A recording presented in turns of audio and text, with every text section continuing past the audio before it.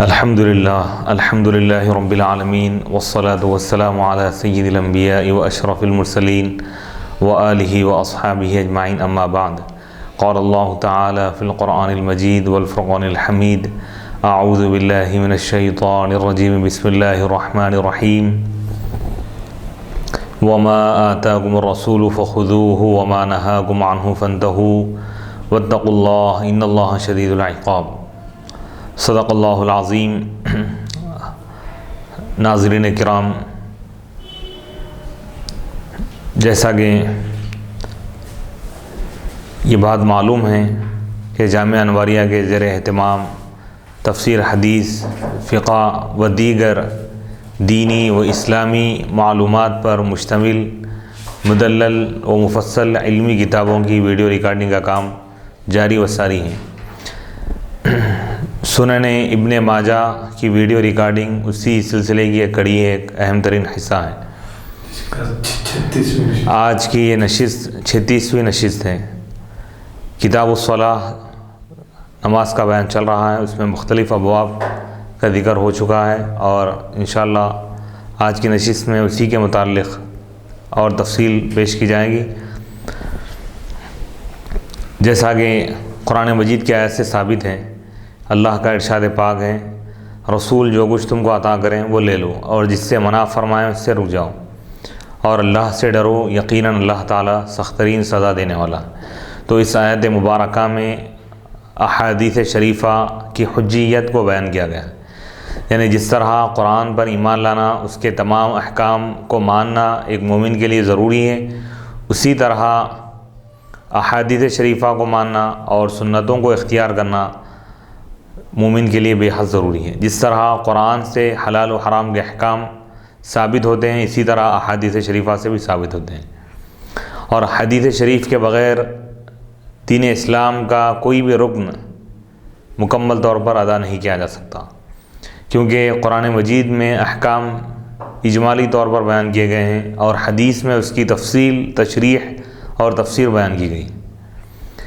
اسی لیے اللہ سبحانہ و تعالیٰ نے جگہ جگہ اپنی اطاعت کے ساتھ رسول کی اطاعت کو لازمی اور ضروری قرار دیا۔ اطیعوا اللہ و اطیعوا الرسول، اے ایمان والو تم اللہ کی اطاعت کرو اور رسول کی اطاعت کرو۔ ایک مقام پر فرمایا کہ من یطیع الرسول فقد اطاع اللہ، جس نے رسول کی اطاعت کی اس نے اللہ کی اطاعت کی۔ تو حضور علیہ الصلاۃ والسلام کی ہر ادا یہ حدیث ہیں،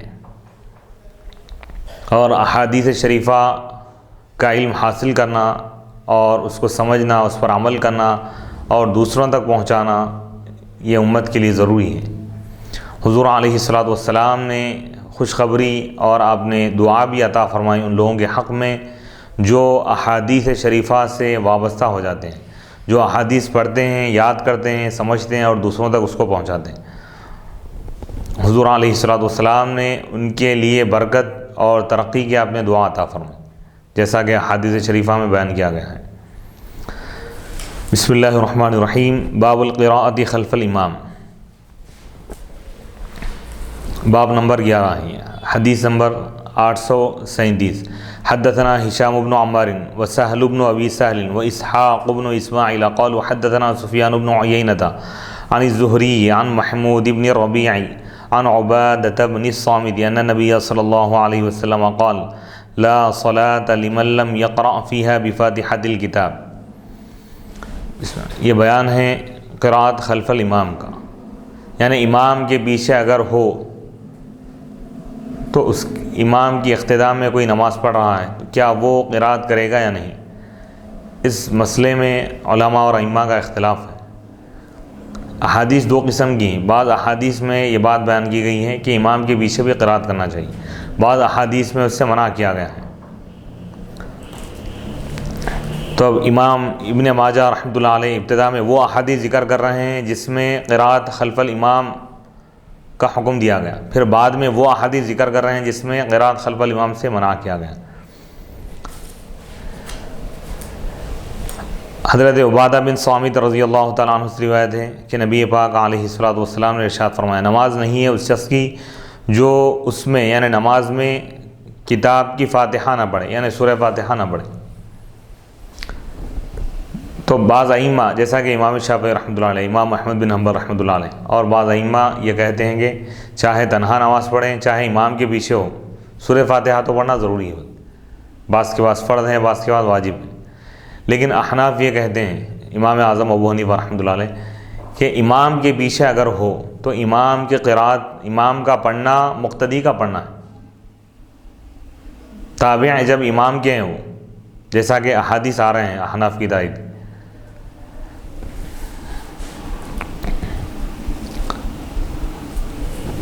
حدیث نمبر 838، حدثنا ابو بکر بن ابی شیبہ حدثنا اسماعیل بن علیہ عن ابن جریج عن العلاء بن عبد الرحمن بن یعقوب ان ابا السائب اخبرہ انہ سمع ابا ہریرہ یقول قال رسول اللہ صلی اللہ علیہ وسلم من صلی صلاة لم يقرأ فيها بأم القرآن فهي خداج غیر تمام فقلت یا ابا ہریرہ فإنی أكون أحيانا وراء الإمام فغمز ذراعي وقال یا فارسی اقرأ بها فی نفسک۔ امام ابن ماجہ رحمۃ اللہ علیہ فرماتے ہیں کہ ہم کو ابو بکر بن ابی شیبہ نے حدیث بیان کی، انہوں نے کہا کہ ہم کو اسماعیل بن علیہ نے یہ حدیث بیان کی، وہ ابن جریج سے روایت کرتے ہیں، وہ حضرت علاء بن عبد الرحمن بن یعقوب سے روایت کرتے ہیں کہ ابو السائب نے ان کو ایک خبر دی کہ انہوں نے حضرت ابو ہریرہ رضی اللہ تعالیٰ عنہ فرماتے ہوئے سنا، اللہ کے رسول علیہ الصلوۃ والسلام نے ارشاد فرمایا جو کوئی نماز پڑھے، ایسی نماز پڑھے جس میں وہ سورہ فاتحہ نہ پڑھے، ام القرآن یعنی قرآن کی اصل نہ پڑھے، فہی خداج تو نماز ناقص ہے، ناتمام۔ فقلت تو میں نے کہا، یعنی وہ تابعی صحابی سے پوچھ رہے ہیں کہ اے ابو ہریرہ رضی اللہ تعالیٰ فإنی أكون، بے شک میں کبھی امام کے پیچھے ہوتا ہوں تو کیا اس وقت بھی میں سورہ فاتحہ پڑھوں؟ فغمزہ، اور راوی بیان کرتے ہیں ابو صاحب کہ وہ میرے ہاتھ کو چمٹی لیے اور کہا کہ اے فارسی تم اس کو پڑھو فی نفسی کا، اپنے دل میں، امام کے پیچھے اگر ہو تو بلند آواز سے نہ پڑھیں بلکہ آہستہ دل میں پڑھ لیں۔ یہ اس حدیث سے وہ لوگ استدلال کرتے ہیں شوافی وغیرہ۔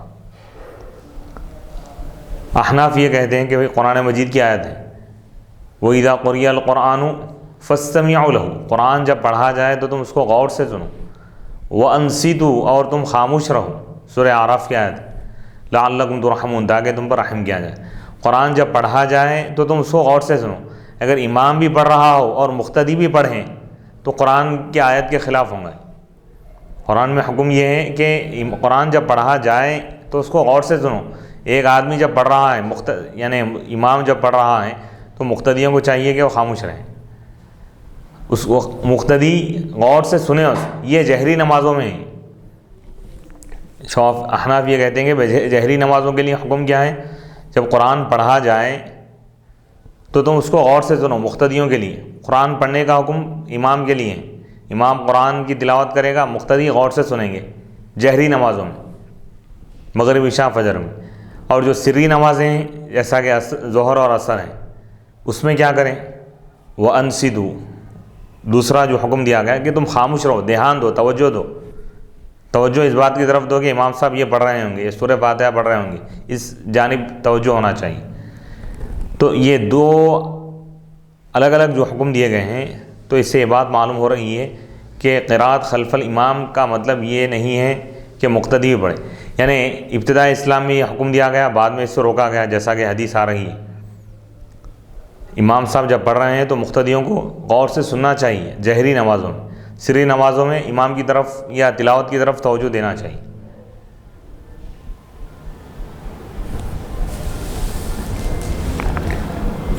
تو اب بعض شوافی ایسا کرتے ہیں کہ بھئی امام صاحب سورہ فاتحہ جہری نمازوں میں پڑھنے کے بعد کچھ دیر کے لیے خاموش ہو جاتے ہیں ان کے پاس ائمہ، اور یہ لوگ پڑھ لیتے ہیں آہستہ دل میں۔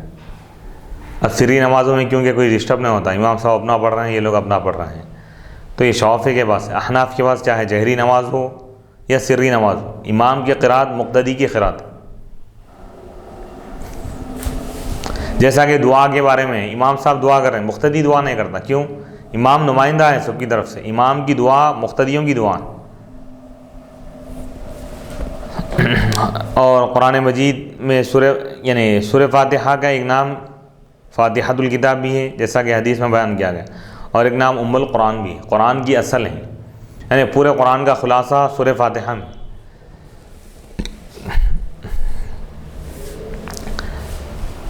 حدیث نمبر 839 حدثنا ابو قریب حدثنا محمد بن الفضیل وحدثنا سوید بن سعید حدثنا علی بن مسہر جميعا عن ابی سفیان السعدی عن ابی نضرۃ عن ابی سعید قال قال رسول اللہ صلی اللہ علیہ وسلم لا صلاة لمن لم يقرأ في كل ركعة الحمد وسورة في فریضة او غیرها۔ حضرت ابو سعید خدری رضی اللہ تعالیٰ عنہ سے روایت ہے، انہوں نے کہا اللہ کے رسول علیہ الصلوۃ والسلام نے ارشاد فرمایا نماز نہیں ہے اس شخص کی جو ہر رکعت میں الحمد اور کوئی سورہ نہ پڑھے، چاہے وہ فرض نماز ہو یا غیر فرض نفل وغیرہ جو بھی۔ تو احناف اس حدیث سے یہ کہتے ہیں کہ بھئی سورہ فاتحہ پڑھنا واجب ہے، اس کے ساتھ کوئی اور سورہ پڑھنا یہ بھی واجب ہے۔ مطلق قرات، مطلق کوئی بھی سورہ کوئی بھی آیت پڑھنا یہ کیا ہے؟ فرض ہے، فقرؤوا ما تیسر من القرآن کے تحت، اور سورہ فاتحہ پڑھنا واجب ہے، بعض ائمہ کے پاس فرض نہیں۔ حدیث نمبر 840 حدثنا الفضل بن یعقوب الجزری حدثنا عبد الاعلی عن محمد بن اسحاق عن یحیی بن عباد بن عبد اللہ بن زبیر عن ابیہ عن عائشہ قالت سمعت رسول اللہ صلی اللہ علیہ وسلم یقول کل صلاة لا يقرأ فیها بأم الکتاب فہی خداج۔ حضرت عائشہ رضی اللہ تعالیٰ عنہ سے روایت ہے، انہوں نے کہا میں اللہ کے رسول علیہ الصلوۃ والسلام کو ارشاد فرماتے ہوئے سنی ہر وہ نماز جس میں ام الکتاب کو نہ پڑھا جائے، کتاب کی اصل کو یعنی سورہ فاتحہ نہ پڑھا جائے، فہی خداج، تو وہ ناقص ہے، ناتمام، کیونکہ سورہ فاتحہ کی بڑی اہمیت ہے، جیسا کہ اللہ پاک کا ارشاد ہے وَلَقَدْ آتَيْنَاكَ سَبْعًا مِنَ الْمَثَانِي وَالْقُرْآنِ الْعَظِيمِ۔ اے حبیب ہم نے آپ کو ایسی 7 آیتیں عطا کی ہیں جو بار بار پڑھی جاتی، 7 مثانی کہا گیا، ہر رکعت میں ہر نماز میں اس کو پڑھا جاتا ہے۔ تو یہ 7 آیتوں میں پورے قرآن کا خلاصہ ہے۔ اللہ سبحانہ و تعالیٰ 104 کتابیں نازل کیا، یہ 4 کتابوں میں 100 پورے کتابوں کا خلاصہ ہے، پھر باقی کے جو کتابیں ہیں توراۃ زبور انجیل اس کا خلاصہ قرآن مجید میں، پورے قرآن کا خلاصہ سورہ فاتحہ میں، اس لیے اس کی بڑی اہمیت ہے۔ حدیث نمبر 841 حدثنا الولید بن عمرو بن السکینی حدثنا یوسف بن یعقوب السلعی حدثنا حسین المعلم عن عمرو بن شعیب عن ابیہ عن جدہ ان رسول اللہ صلی اللہ علیہ وسلم قال کل صلاة لا يقرأ فیہا بفاتحۃ الکتاب فہی خداج فہی خداج۔ حضرت عمرو بن شعیب سے روایت ہے، وہ اپنے والد سے، وہ اپنے دادا سے روایت کرتے ہیں کہ اللہ کے رسول علیہ الصلوۃ والسلام نے ارشاد فرمایا ہر وہ نماز جس میں کتاب کی فاتحہ سورہ فاتحہ نہ پڑھی جائے وہ ناقص ہے، وہ ناقص ہے، ناتمام ہے۔ یعنی سورہ فاتحہ پڑھنا ضروری ہے، اور امام کے پیچھے نہیں بلکہ تنہا اکیلے بھی اگر ہے تو پڑھنا ضروری ہے ہی، امام کے پیچھے اگر ہے تو امام کا پڑھنا مقتدی کا پڑھنا ہے احناف کے بعد۔ تو مقتدی کو پڑھنا نہیں چاہیے بلکہ امام کا پڑھنا ضروری ہے۔ امام جماعت کے ساتھ اگر پڑھ رہا ہے تو یعنی امام کا پڑھنا مقتدی کا پڑھنا ہے احناف کے پاس۔ بعض ائمہ کہتے ہیں کہ بھائی امام کے پیچھے بھی اگر ہو تو اس کو پڑھنا چاہیے۔ حدیث نمبر 842 حدثنا علی بن محمد حدثنا اسحاق بن سلیمان حدثنا معاویہ بن یحییٰ عن یونس بن میسرة عن ابی ادریس الخولانی عن ابی الدرداء قال سألہ رجل فقال اقرأ والامام يقرأ قال سأل رجل النبي صلی اللہ علیہ وسلم افی کل صلاة قراءة فقال رسول اللہ صلی اللہ علیہ وسلم نعم فقال رجل من القوم وجب هذا۔ حضرت ابو الدرداء رضی اللہ تعالیٰ عنہ سے روایت ہے، انہوں نے کہا آپ سے ایک شخص نے سوال کیا، فقال اس نے کہا کیا میں پڑھوں قرآن جبکہ امام پڑھ رہا ہو؟ تو آپ نے فرمایا سأل رجل، ایک شخص نے حضور علیہ الصلوۃ والسلام سے سوال کیا کیا ہر نماز میں قرات ہے؟ تو اللہ کے رسول علیہ الصلوۃ والسلام نے ارشاد فرمایا ہاں۔ فقال رجل من القوم، تو قوم کا ایک آدمی نے کہا کہ وجب ھذا، یہ واجب ہے، میں نے پڑھنا ضروری ہوگا۔ تو اس کا یہ مطلب نہیں ہے کہ ہر ایک کو پڑھنا ضروری ہے، ہر نماز میں پڑھنا ضروری ہے فرمایا، ہر ایک کے لیے پڑھنا ضروری ہے یہ نہیں فرمایا۔ لاجک ہے اس میں حکمت ہے، ہر نماز میں، اب فرض نماز بھی آپ پڑھ رہے ہیں اس میں بھی سورہ فاتحہ امام صاحب پڑھیں گے، اگر جماعت کے ساتھ آپ پڑھ رہے ہیں، مطلب نماز کوئی بھی سورہ فاتحہ سے خالی نہیں ہے۔ ہر ایک کے لیے پڑھنا ضروری ہے یہ نہیں فرمایا، ہر نماز میں پڑھنا ضروری۔ تنہا اگر پڑھ رہے ہیں تو تنہا پڑھنے والا منفرد شخص پڑھ لے گا، جماعت کے ساتھ پڑھ رہے ہیں تو امام کا پڑھنا مقتدی کا پڑھنا ہوگا۔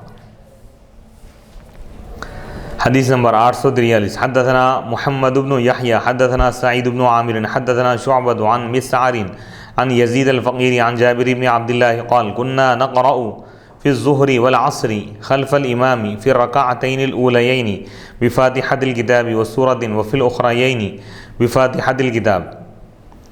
حضرت جابر بن عبداللہ رضی اللہ تعالیٰ عنہ سے روایت ہے، انہوں نے کہا ہم ظہر اور عصر میں امام کے پیچھے ابتدائی پہلی 2 رکعتوں میں سورہ فاتحہ ایک اور سورہ پڑھتے تھے، اور آخری کے 2 رکعتوں میں دوسری 2 رکعتوں میں صرف سورہ فاتحہ پڑھتے تھے۔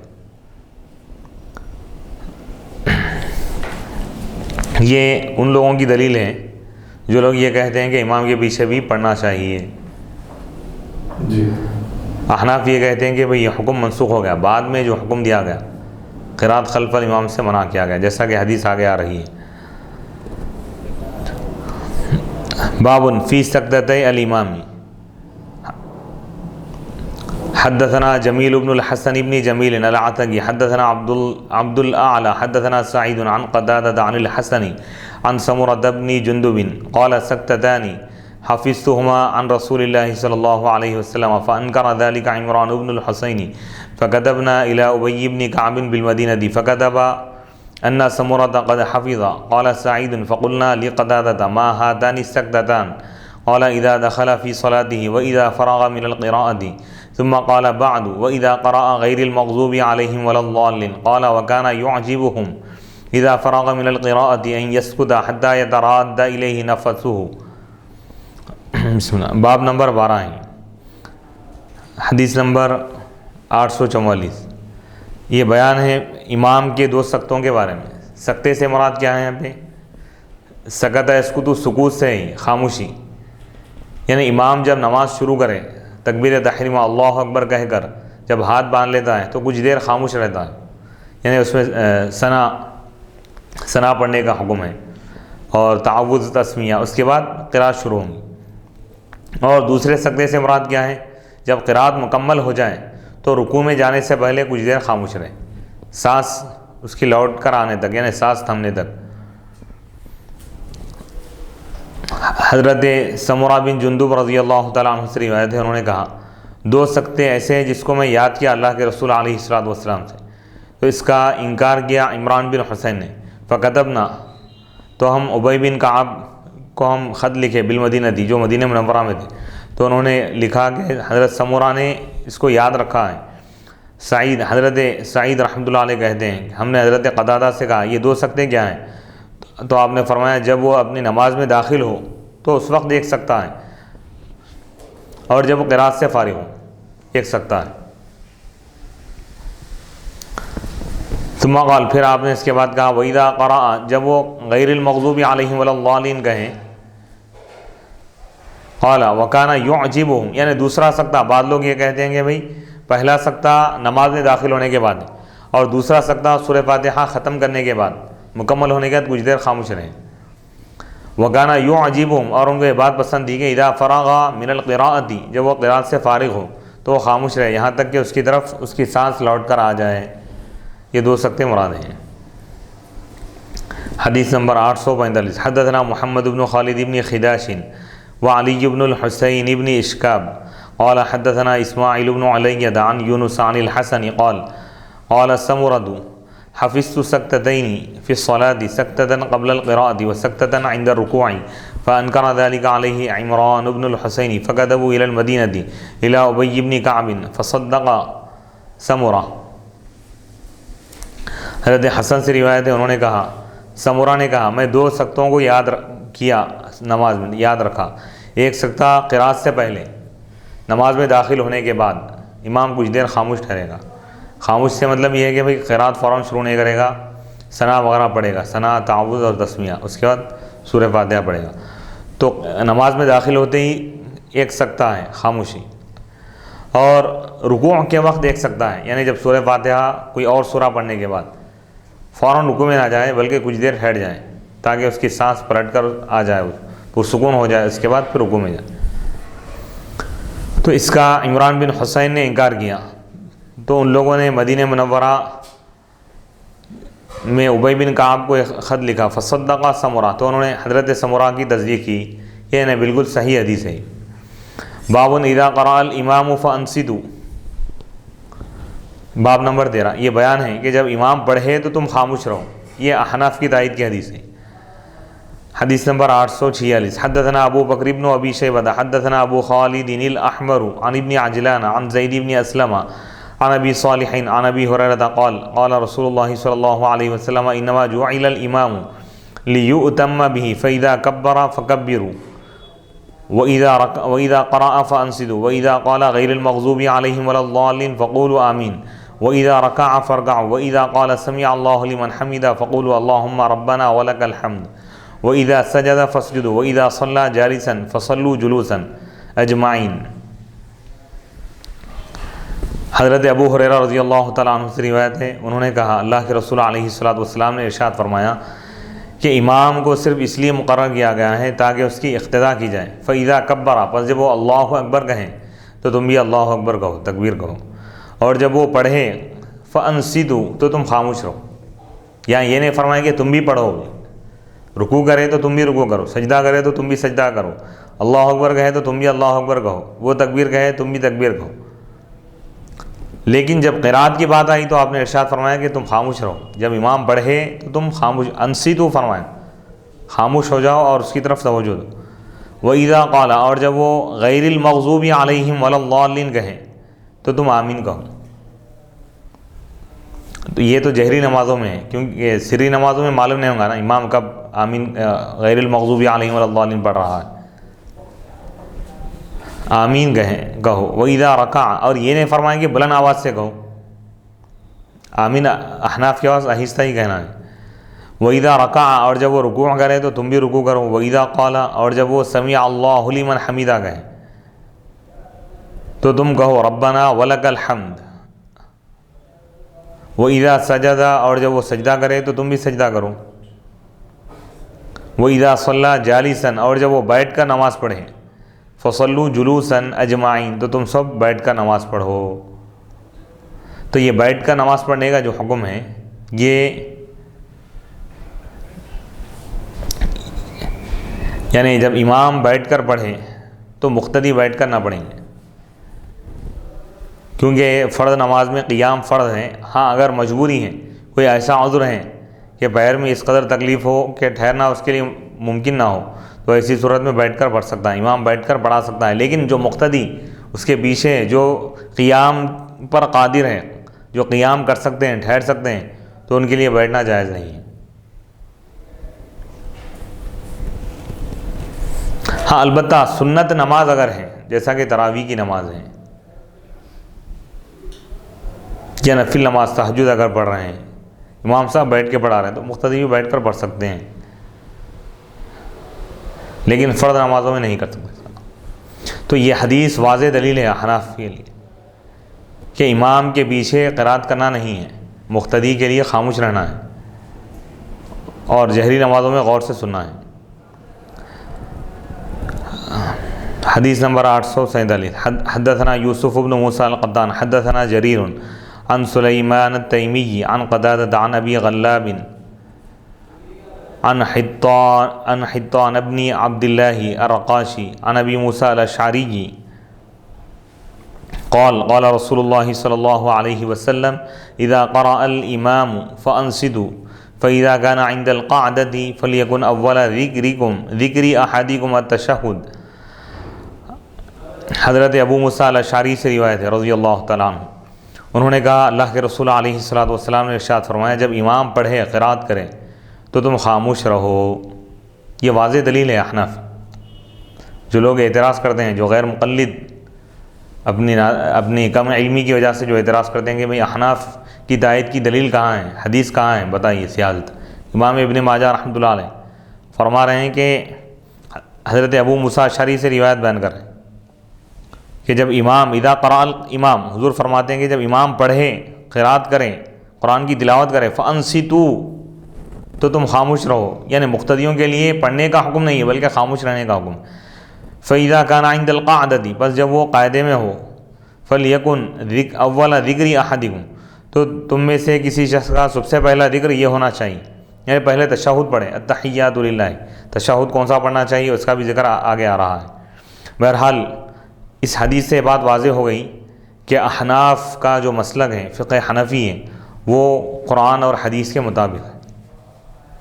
یہ کہنا کہ یہ مسلک قرآن اور حدیث کے خلاف ہے، یہ بہت بڑی غلط فہمی ہے، کیونکہ احادیث میں واضح طور پر یہ حکم دیا گیا ہے۔ حضور نے ارشاد فرمایا کہ جب امام پڑھے تو تم خاموش رہو، یہ مقتدیوں کے لیے حکم ہے۔ جہری نمازیں اگر ہے تو تم اس کو غور سے سنو۔ امام ابن ماجہ رحمۃ اللہ علیہ عنوان کیا مانتے ہیں اس کو؟ عنوان بھی کوئی مان دے دیں۔ یہ جو ہے نا، یہ نماز، اچھا، باب اذا قرأ الامام فانصتوا، جب امام پڑھے تو تم خاموش رہو، یہ عنوان ہے، یہ ٹائٹل ہے ان کا۔ اور یہ عقلی طور پہ بھی بات واضح ہے، اگر امام پڑھ رہا ہے، مقتدی بھی اگر پڑھ رہا ہے، تو امام کے پیچھے نماز پڑھنے کا کوئی مقصد ہی نہیں رہا۔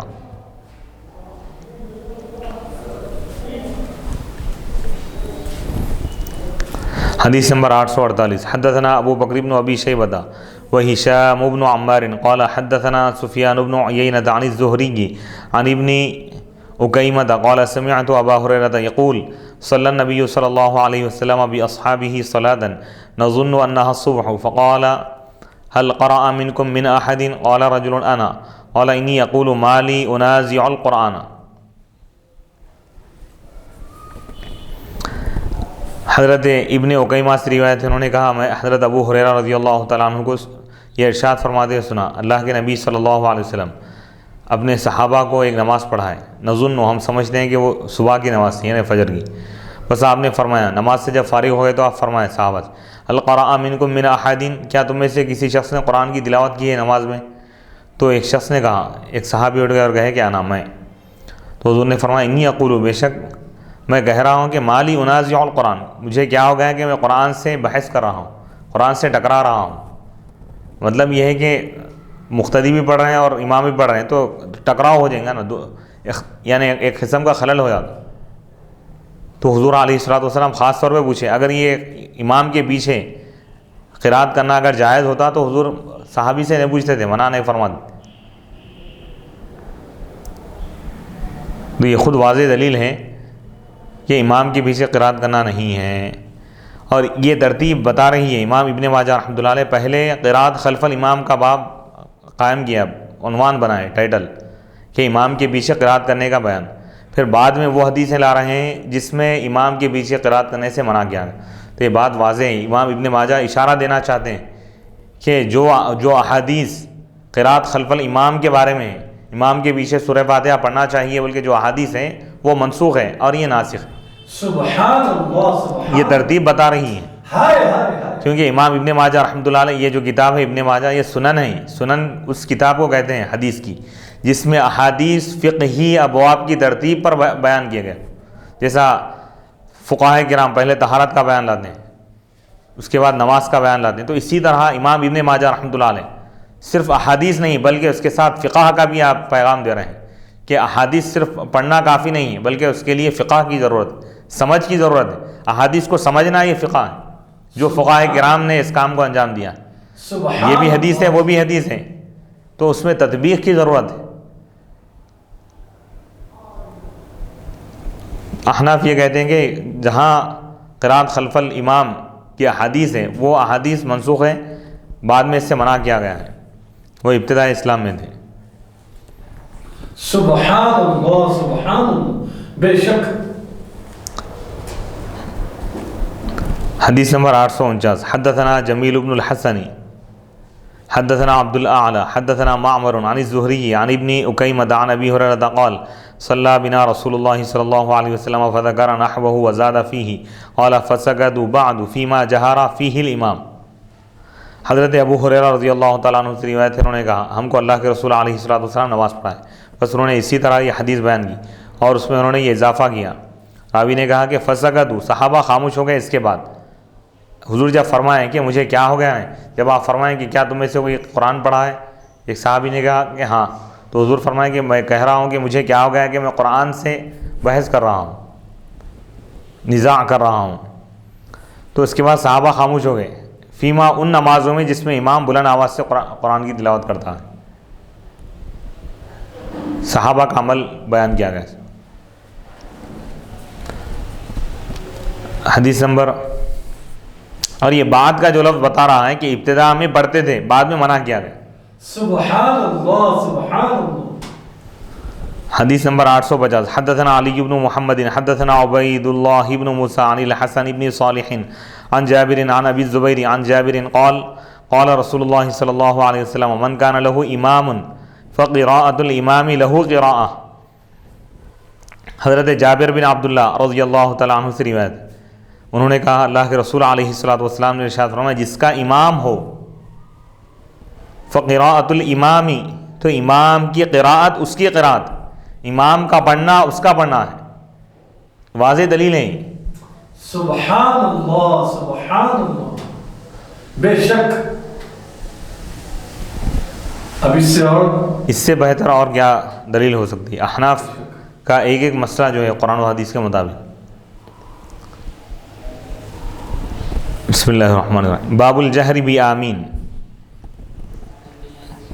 حدیث نمبر 851، حدثنا ابو بکر بن ابی شیبہ وہشام بن عمار قال حدثنا سفیان بن عیینہ عن الزہری عن سعید بن المسیب عن ابی ہریرہ ان رسول اللہ صلی اللہ علیہ وسلم قال اذا امن الامام فامنوا فان الملائکۃ تؤمن فمن وافق تأمینہ تأمین الملائکۃ غفر له ما تقدم من ذنبہ۔ باب نمبر 14، باب الجہری بآمین، آمین بلند آواز سے کہنے کا بیان ہے۔ احناف کے پاس کیا ہے؟ ایک آہستہ کہنا ہے،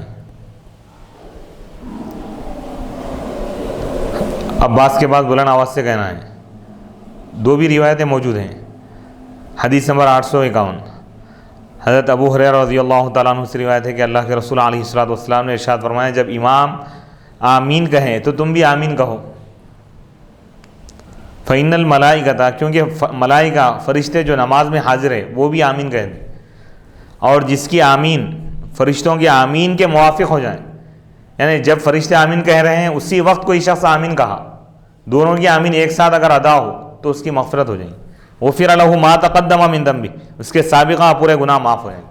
سبحان اللہ سبحان اللہ۔ تو اب اس میں یہ حدیث میں غور کیجیے، آپ بلند آواز سے کہو بلکہ یہ نہیں فرمایا، جب امام آمین کہے تم بھی آمین کہو، مطلق ہے حدیث۔ ہائے ہائے ہائے ہائے، مطلق ہے اس میں، مطلب آواز بلند آواز سے بلکہ یہ نہیں فرمایا، کہنا ضروری ہے کہ نہیں؟ جی ہاں۔ کیا بات، ہائے ہائے ہائے۔ اور اس میں یہ ہے کہ بھئی صالحین، نیکوں کی جو موافقت ہے، دعاؤں میں نیک لوگوں کے ساتھ شامل ہونا چاہیے، ان کی ان دعاؤں کے ساتھ اپنی دعا بھی اگر شامل ہو جائے تو جو گنہگار ہیں اللہ تعالیٰ اس کی مغفرت کر دیتا ہے۔ جیسا کہ فرشتے ہیں نماز میں وہ آمین کہہ رہے ہیں اور عام مصلی بھی آمین کہہ رہے ہیں، اگر فرشتوں کی آمین کے ساتھ اس کی آمین اگر جڑ جائے، وابستہ ہو جائے، وسیلے کی اہمیت دیکھو آپ، حالانکہ آمین یہ بھی کہہ رہے ہیں وہ بھی کہہ رہے ہیں، لیکن کہنے میں فرق ہے۔ بے شک قرآن ایک عام مومن بھی پڑھ رہا ہے، ایک اللہ کا ولی بھی پڑھتا ہے، دعا ایک عام گنہگار بھی کر رہا ہے، مومن بھی کر رہا ہے، ایک ولی بھی کر رہا ہے، تو لیکن ولی کی جو دعا ہے، اللہ کے نیک بندوں کی جو دعائیں، فرشتوں کی جو آمین ہے، یہ اللہ تعالیٰ فوراً قبول فرماتا ہے، اور جو ان کے موافق ہو جاتے ہیں، جو ان کے ساتھ ہو جاتے ہیں، اللہ تعالیٰ ان کی بھی مغفرت فرما دیتا ہے۔ سبحان اللہ، یعنی اس حدیث مبارک میں اشارہ کیا ہے؟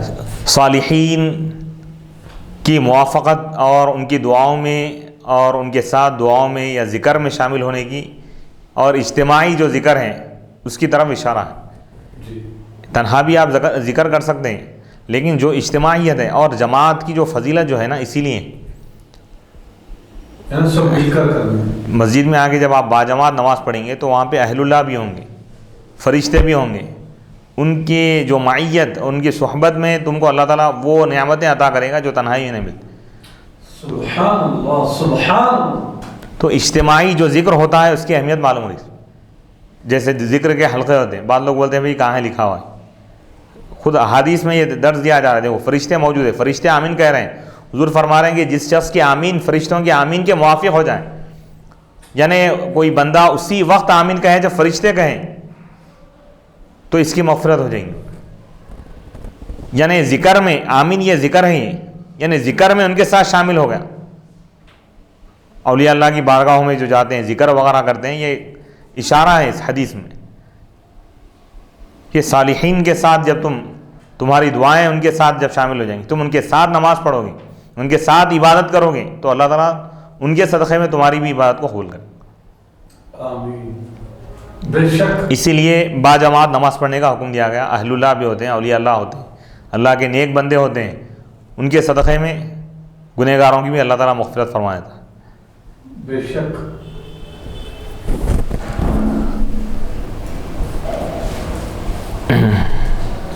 اسی طرح اس سے یہ بات بھی معلوم ہو رہی کہ کوئی ولی اگر آمین کہہ دے، اہل اللہ کوئی دعاؤں پہ آمین کہہ دیں تو وہ دعا بھی قبول ہو جاتی.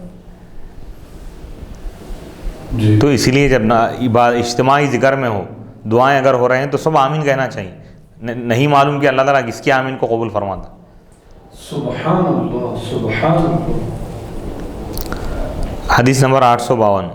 حدثنا بکر بن خلف وجمیل بن الحسن قال حدثنا عبد الاعلى حدثنا معمر وحدثنا احمد بن عمرو بن السرح المصري وهاشم بن القاسم الحراني قال حدثنا عبد الله بن وهب عن يونس جميعا عن الزهري عن سعيد بن المسيب وابي سلمة بن عبد الرحمن عن ابي هريرة قال قال رسول الله صلى الله عليه وسلم اذا امر القارئ فامنوا فمن وافق تأمینه تأمین الملائکۃ غفر له ما تقدم من ذنبه. حضرت ابو ہریرہ رضی اللہ تعالیٰ عنہ سے روایت ہے، اللہ کے رسول علیہ الصلوۃ والسلام نے ارشاد فرمایا، جب قاری قرآن کی تلاوت کرنے والا آمین کہے تو تم بھی آمین کہو. فمن وافق تأمینہ، بس جس کی آمین فرشتوں کی آمین کے موافق ہو جائے تو اس کے سابقہ گناہ معاف ہو جاتے ہیں. تو اس حدیث سے بھی یہ بات معلوم ہو رہی ہے. دیکھیے اب قرات ہر کوئی کرنا نہیں. امام کے پیچھے اگر نماز پڑھ رہے ہیں، حضور کیا فرمائے کہ جب تم سورہ فاتحہ پڑھو، یہ نہیں فرمائے بلکہ یہ فرما رہے کہ قاری قرآن کی تلاوت کرنے والا واحد کا لفظ ہے. یعنی امام کے پیچھے اگر نماز پڑھ رہے ہو تو امام ہی قرات کرے گا اور مقتدی غور سے سنیں گے. ہاں البتہ جب امام سورہ فاتحہ مکمل کریں، غیر المغضوب علیہم ولا الضالین کہیں تو امام بھی آمین کہے گا، تم بھی آمین کہو امام کے بعد. حدیث نمبر 853. حدثنا محمد بن بشار حدثنا صفوان بن عیسیٰ حدثنا بشر بن رافع عن ابی عبد اللہ ابن عمی ابی ہریرہ عن ابی ہریرہ قال ترک الناس التأمین وكان رسول اللہ صلی اللہ علیہ وسلم اذا قال غیر المغضوب علیہم ولا الضالین قال آمین حتی یسمعها اہل الصف الاول فیرتج بها المسجد. حضرت ابو ہریرہ رضی اللہ تعالیٰ عنہ سے روایت ہے، انہوں نے کہا لوگ آمین کہنا چھوڑ دیے. وکانا رسول اللہ، اور اللہ کے رسول علیہ الصلوۃ والسلام جب غیر المغضوب علیہم ولا الضالین کہتے تو آپ آمین فرماتے، یہاں تک کہ پہلی صف والے اس کو سن لیتے. پس اس سے مسجد گونج اٹھتی. تو یہ حضور کا جو بلند آواز سے آمین کہنا ہے تعلیم امت کے لیے، تاکہ لوگوں کو یہ مسئلہ معلوم ہو. لیکن اب کیا ہے، آہستہ کہنا ہے، بلند آواز سے نہیں.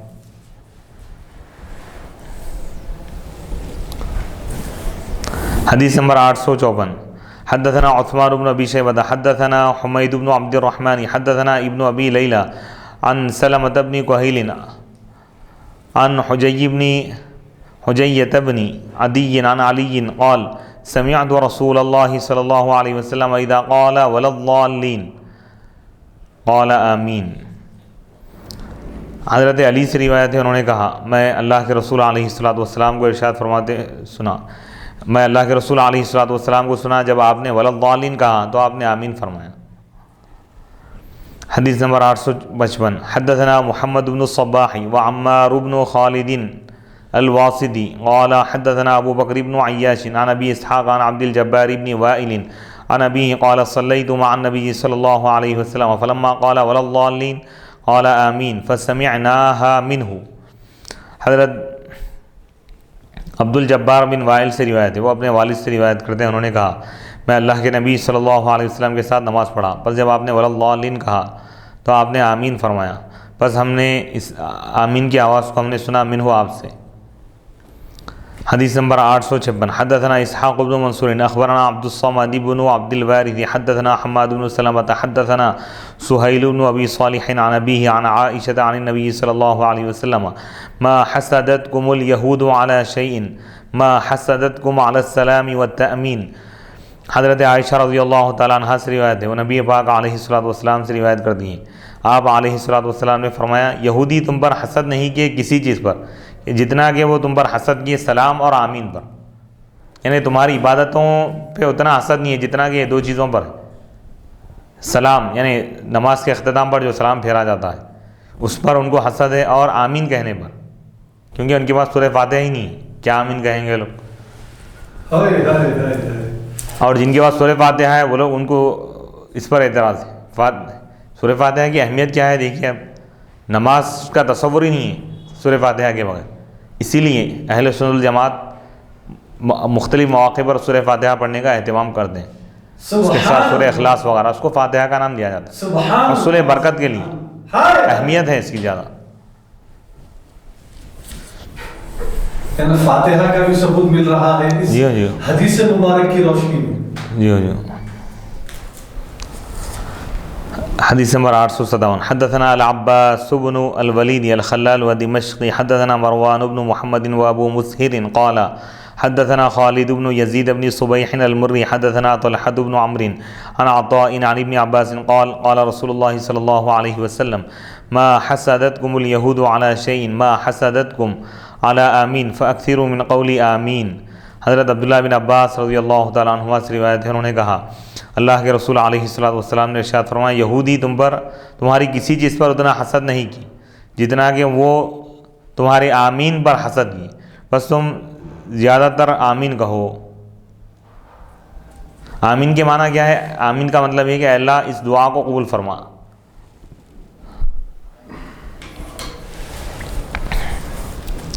کیونکہ یہ سورہ فاتحہ، اب آپ کہیں گے بھئی سورہ فاتحہ میں ہی آمین کیوں؟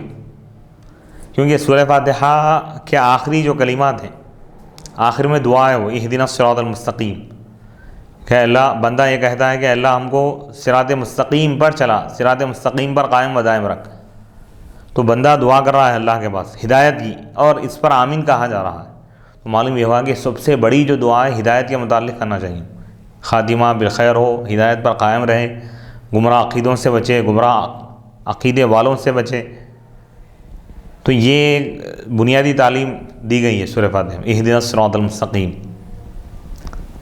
صراط الذین انعمت علیہم غیر المغضوب علیہم ولا الضالین، تو گویا کہ دعا ہی، اور دعا کے بعد آمین کہنا چاہیے۔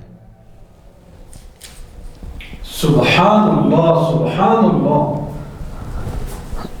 باب رفع الیدین اذا رکع وَإِذَا رَفَعَ رَأْسَهُ مِنَ الرُّكُوعِ۔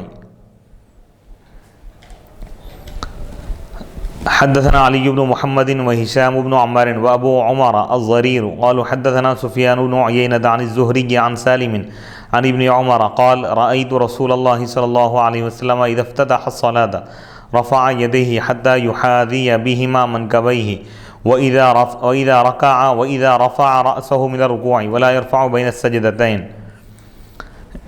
باب نمبر 15، یہ بیان ہے رفع یدین کا، جب وہ رکوع کرے۔ رفع یدین، رفع کے معنی آتے اٹھانے کی، یدین کے معنی دونوں ہاتھ، تو رفع یدین کیا ہے؟ یہ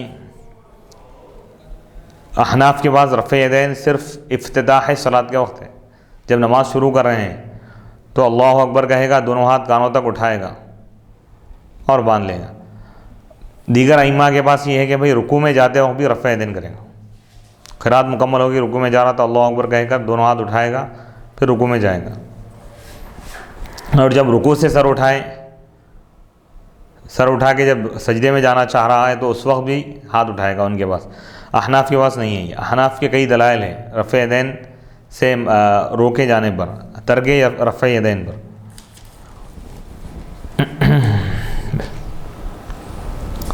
حضرت عبداللہ بن عمر رضی اللہ تعالیٰ عنہما سے روایت ہے، انہوں نے کہا میں اللہ کے رسول علیہ الصلوۃ والسلام کو دیکھا جب آپ نماز شروع فرمائیں، آغاز فرمائیں تو آپ اپنے دونوں ہاتھ اٹھائے یہاں تک کہ آپ نے ان دونوں ہاتھوں کو اپنے مونڈوں کے برابر کیا، محاذات ملائے، کانوں تک بھی اٹھا سکتے ہیں، مونڈوں تک بھی اٹھا سکتے ہیں۔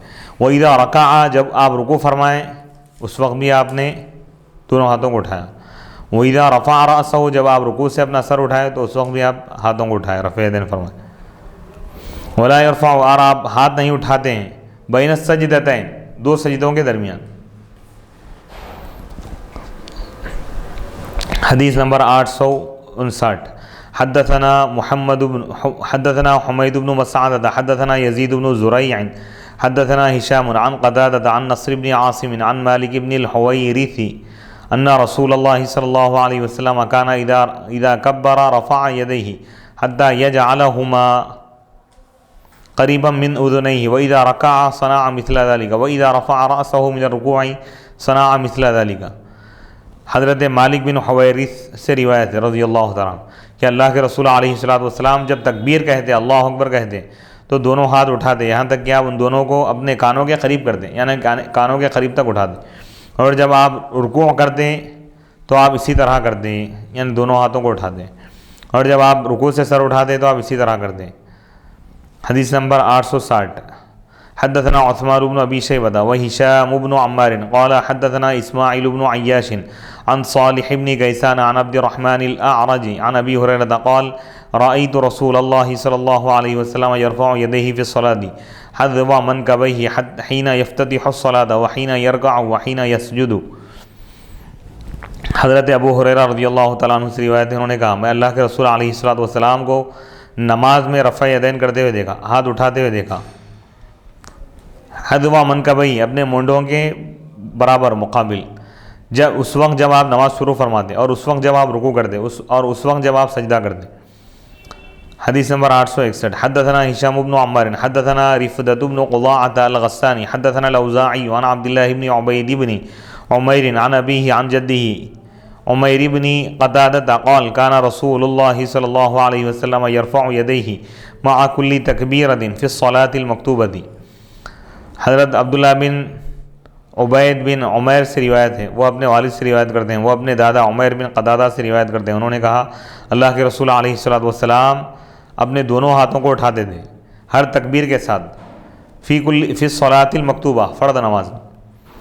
حدیث نمبر 862۔ حدثنا محمد بن بشار حدثنا یحیی بن سعید حدثنا عبد الحمید بن جعفر حدثنا محمد بن عمرو بن عطاء عن ابی حمید الساعدی قال سمعته وهو في عشرة من اصحاب رسول الله صلی اللہ علیہ وسلم احدهم ابو قتادہ ابن ربعی قال انا اعلمكم بصلاة رسول الله صلی اللہ علیہ وسلم كان اذا قام في الصلاة اعتدل قائما ورفع يديه حتى يحاذي بهما منكبيه ثم قال الله اکبر واذا اراد ان يركع رفع يديه حتى يحاذي بهما منكبيه فإذا قال سمع الله لمن حمد رفع يديه فاعتدل فإذا قام من الثنيتين كبر ورفع يديه حتى يحاذي بهما منكبيه كما صنع حين افتتح الصلاة۔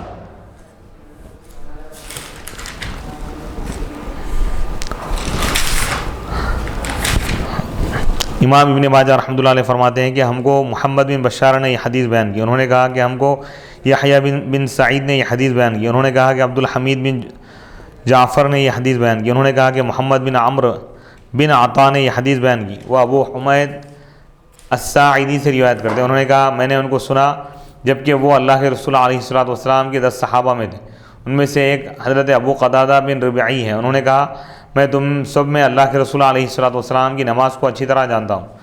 حضور علیہ الصلوۃ والسلام جب نماز میں کھڑے ہوتے تو آپ اچھی طرح کھڑے ہو جاتے، قیام معتدل ہوتا آپ، ورفع یدیہ اور اپنے دونوں ہاتھوں کو اٹھاتے اب یہاں تک کہ ان دونوں کو مونڈوں کے برابر کر دیں، ثم قال پھر آپ اللہ اکبر کہتے تکبیر تحریم۔ وَإِذَا أَرَادَ جب آپ رکوع کرنے کا ارادہ کرتے تو آپ اپنے دونوں ہاتھوں کو اٹھا دیں یہاں تک کہ ان کو مونڈوں کے برابر کر دیں، پس جب آپ سمیع اللہ لمن حمیدہ کہہ دیں تو اپنے دونوں ہاتھوں کو اٹھا دیں، فاعتدل بس آپ معتدل ٹھہر جاتے ہو، رکوع سے اٹھتے ہی فوراً سجدے میں نہیں جاتے بلکہ ٹھہر جاتے کچھ دیر. بس جب آپ اپنے 2 رکعتوں سے اٹھتے ہیں تو آپ اللہ اکبر کہتے ہیں اور اپنے دونوں ہاتھوں کو اٹھاتے ہیں, یہاں تک کہ آپ ان دونوں کو اپنے منڈوں کے برابر کر دیں, جیسا کہ آپ نے نماز شروع کرتے وقت کیا تھا. حدیث نمبر 863. حدثنا محمد بن بشار حدثنا ابو عامر حدثنا فلیح بن سلیمان حدثنا عباس بن سهل الساعدي قال اجتمع ابو حمید وابو اسید الساعدي وسهل بن سعد ومحمد بن مسلمة فذكروا صلاة رسول الله صلى الله عليه وسلم فقال ابو حمید انا اعلمكم بصلاة رسول الله صلى الله عليه وسلم ان رسول الله صلى الله عليه وسلم قام فكبر ورفع يديه ثم رفع حين كبر للركوع ثم قام فرفع يديه واستوى حتى رجع كل عظم الى موضعه.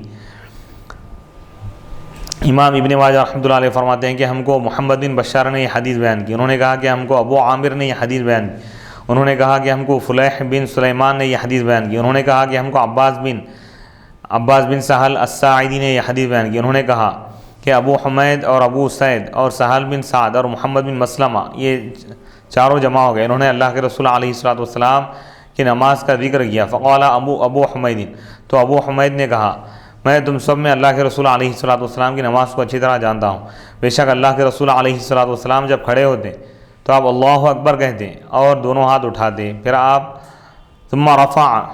رفع یدین کرتے, جس وقت آپ رکوع کے لیے اللہ اکبر کہتے پھر آپ کھڑے ہو جاتے, بس آپ اپنے دونوں ہاتھوں کو اٹھاتے واستوا, اور آپ اچھی طرح ٹھہر جاتے یہاں تک کہ ہر ہڈی اپنے مقام کی طرف لوٹ جاتی, یعنی اچھی طرح پورے اعتدال کے ساتھ پورے خشوع و خضوع کے ساتھ نماز ادا کرنا چاہیے.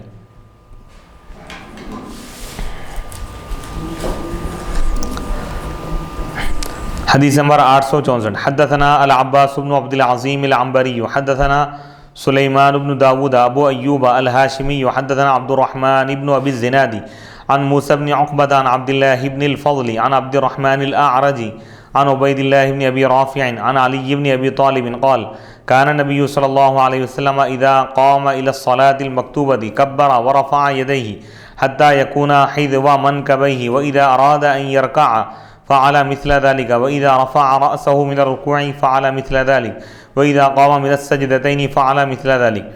حضرت علی بن ابی طالب رضی اللہ تعالیٰ عنہ سے روایت ہے, انہوں نے کہا اللہ کے نبی صلی اللہ علیہ وسلم جب فرض نماز کے لیے ٹھہرتے تو آپ اللہ اکبر کہتے اور اپنے دونوں ہاتھوں کو اٹھاتے, یہاں تک کہ وہ دونوں ہاتھ آپ کے مونڈوں کے برابر ہو جاتے, مونڈوں تک ہاتھ اٹھاتے. وہ اذا اراد, اور جب آپ رکوع کرنے کا ارادہ فرماتے تو آپ اسی طرح کرتے, یعنی دونوں ہاتھوں کو اٹھاتے. وہ اذا رفع رأسہ, اور جب آپ رکوع سے اپنا سر اٹھاتے تو آپ اسی طرح کرتے. وہ اذا قام من السجدتین, اور جب دونوں سجدوں سے اٹھتے آپ پہلی رکعت سے دوسری رکعت کی طرف آتے تو آپ اسی طرح کرتے ہیں. حدیث نمبر 865. حدثنا ایوب بن محمد الہاشمی حدثنا عمر بن ریاح عن عبد الله بن طاؤوس عن ابیہ عن ابن عباس ان رسول اللہ صلی اللہ علیہ وسلم كان يرفع يديه عند كل تکبیرۃ. حضرت عبداللہ بن عباس رضی اللہ تعالیٰ عنہ سے روایت ہے کہ اللہ کے رسول علیہ الصلوۃ والسلام اپنے دونوں ہاتھ اٹھاتے, رفع یدین فرماتے ہر تکبیر کے وقت. حدیث نمبر 866. حدثنا محمد بن بشار حدثنا عبد الوهاب حدثنا حمید عن انس ان رسول اللہ صلی اللہ علیہ وسلم كان يرفع يديه اذا دخل في الصلاة واذا ركع. حضرت انس رضی اللہ تعالیٰ عنہ سے روایت ہے کہ اللہ کے رسول علیہ الصلوۃ والسلام اپنے دونوں ہاتھ اٹھاتے جب آپ نماز میں داخل ہوتے اور جب آپ رکوع فرماتے. حدیث نمبر 867. حدثنا بشر بن معاذ الضرير حدثنا بشر بن المفضل حدثنا عاصم بن كليب عن أبيه عن وائل بن حجر قال قلت لأنظرن إلى رسول الله صلى الله عليه وسلم كيف يصلي فقام فاستقبل القبلة فرفع يديه حتى حادتا أذنيه فلما ركع رفعهما مثل ذلك فلما رفع رأسه من الركوع رفعهما مثل ذلك. حضرت وائل بن حجر سے روایت ہے, انہوں نے کہا میں ضرور اللہ کے رسول علیہ الصلوۃ والسلام کی طرف دیکھوں گا کہ آپ کیسے نماز پڑھتے ہیں. فقام, تو حضور علیہ الصلوۃ والسلام کھڑے ہو گئے, بس آپ قبلے کی طرف رکیے. فرفع یدیہ, بس آپ اپنے دونوں ہاتھوں کو اٹھائے یہاں تک کہ اپنے کانوں کے برابر کیے اٹھائیں.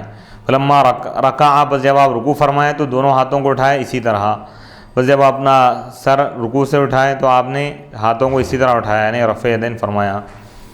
حدیث نمبر 868، حدثنا محمد بن یحییٰ حدثنا ابو حذیفہ حدثنا ابراہیم بن طہمان عن ابی الزبیر ان جابر بن عبد اللہ کان اذا افتتح الصلاة رفع يديه وإذا رفع رأسه من الركوع فعل مثل ذلك ويقول رأيت رسول الله صلى الله عليه وسلم فعل مثل ذلك ورفع إبراهيم بن طهمان يديه إلى أذنيه۔ حضرت ابو الزبیر سے روایت ہے کہ جابر بن عبداللہ رضی اللہ تعالیٰ عنہ جب نماز شروع کرتے تو اپنے دونوں ہاتھ اٹھاتے، اور جب وہ رکوع کرتے اور جب وہ رکوع سے اپنا سر اٹھاتے تو اسی طرح کرتے، یعنی رفع یدین کرتے، اور وہ کہتے ہیں میں اللہ کے رسول علیہ الصلوۃ والسلام کو اسی طرح کرتے ہوئے دیکھا، اور ابراہیم بن طہمان بھی اپنے ہاتھ اٹھائے کانوں تک۔ تو ان حدیث سے دیگر ائمہ جیسا کہ امام شافعی رحمۃ اللہ علیہ اور دیگر ائمہ یہ استدلال کرتے ہیں کہ نماز میں رفع یدین کرنا چاہیے، اور احناف یہ کہتے ہیں کہ رفع یدین کا حکم منسوخ ہو چکا ہے، رفع یدین سے بعد میں منع کیا گیا۔ ابتداء اسلام میں رفع یدین کا حکم دیا گیا تھا، بعد میں حکمتوں کی بنیاد پر اس سے روکا گیا، منع کیا گیا۔ تو رفع یدین کیوں نہیں کرنا چاہیے؟ احناف کے پاس رفع یدین کرنے سے جو منع کیا گیا اس کی وجہ کیا ہے؟ اس کے بے شمار دلائل ہیں۔ قرآن پاک کی آیت جس میں اللہ پاک فرما رہا ہے کہ قد افلح المؤمنون الذین هم فی صلاتهم خاشعون، اس آیت سے بات معلوم ہوتی ہے کہ رفع یدین نہ کرنا یہ بہتر، جس کی تفصیل یہ ہے اللہ نے ارشاد فرمایا وہ مومن کامیاب ہو گئے جو اپنی نمازوں میں خشوع خضوع اختیار کر دیں۔ اس آیت کی تفسیر میں مفسر قرآن حضرت عبداللہ بن عباس رضی اللہ تعالی عنہما فرماتے ہیں کہ خشوع کا مطلب یہ ہے کہ بندہ نماز میں دائیں اور بائیں نہ دیکھیں اور نہ ہی نماز میں رفع یدین کرے، یعنی خشوع کا مطلب یہ ہے کہ دائیں بائیں جانب نہ دیکھیں اور نماز میں رفع یدین نہ کریں، یعنی بار بار ہاتھ نہ اٹھائیں، بس نماز شروع کرتے وقت جب ہاتھ اٹھایا تکبیر تحریمہ کے وقت اس کے بعد نہ اٹھائیں۔ تفسیر ابن عباس صفحہ نمبر 212۔ نیز حضرت حسن بصری رحمۃ اللہ علیہ فرماتے ہیں کہ خاشعون سے مراد وہ لوگ ہیں جو تکبیر تحریمہ کے علاوہ پوری نماز میں رفع یدین نہیں کرتے۔ تفسیر سمرقندی جلد 2 صفحہ نمبر 408۔ رفع یدین نہ کرنے کی احادیث قرآن کی اصولی ہدایت کے زیادہ موافق، کیونکہ اللہ تعالیٰ نے ارشاد فرمایا وقوموا للہ قانتین، یعنی اللہ کے سامنے باادب فرما بردار بن کر ہو کر کھڑے رہو۔ اس آیت کا تقاضا یہ ہے کہ نماز میں حرکت کم سے کم ہو، لہذا جن احادیث میں حرکت کم ہوں گی وہ اس آیت کے زیادہ موافق اور مطابق ہوں گی۔ آپ صلی اللہ علیہ وسلم نے رفع یدین کرنے پر ناراضگی کا اظہار فرمایا اور نماز میں بار بار حرکت نہ کرنے اور پرسکون رہنے کا حکم دیا۔ آپ صلی اللہ علیہ وسلم رفع یدین نہیں کرتے تھے، چنانچہ حضرت عبداللہ بن مسعود، حضرت عبداللہ بن عمر، حضرت براء بن عازب کی احادیث میں اس کی صراحت ہے، اور حضرت ابو حمید ساعدی کی جو حدیث بخاری میں موجود ہے اس میں بھی رفع یدین کا ذکر نہیں۔ بخاری جلد اول صفحہ نمبر 114۔ خلفائے راشدین بھی رفع یدین نہیں کرتے تھے۔ دارقطنی جلد 1 صفحہ نمبر 295۔